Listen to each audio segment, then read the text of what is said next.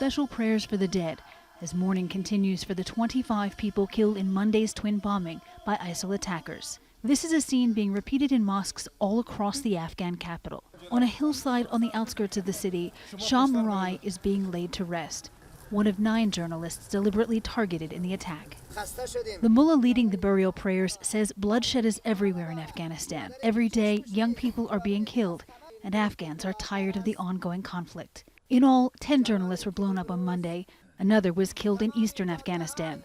It was the highest number of killings in a single day for the Afghan media in an already dangerous environment. Media outlets were attacked, the buildings.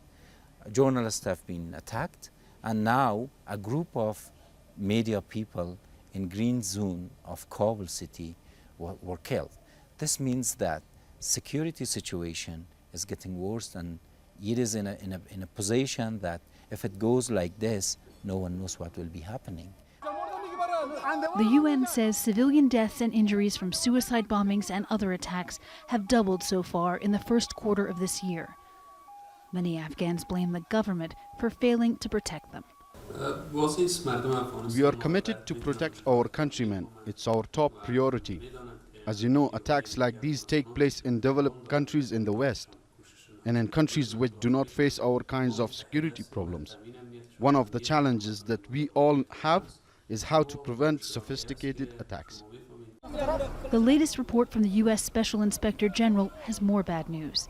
The American military watchdog says the Afghan government controls 56% of districts.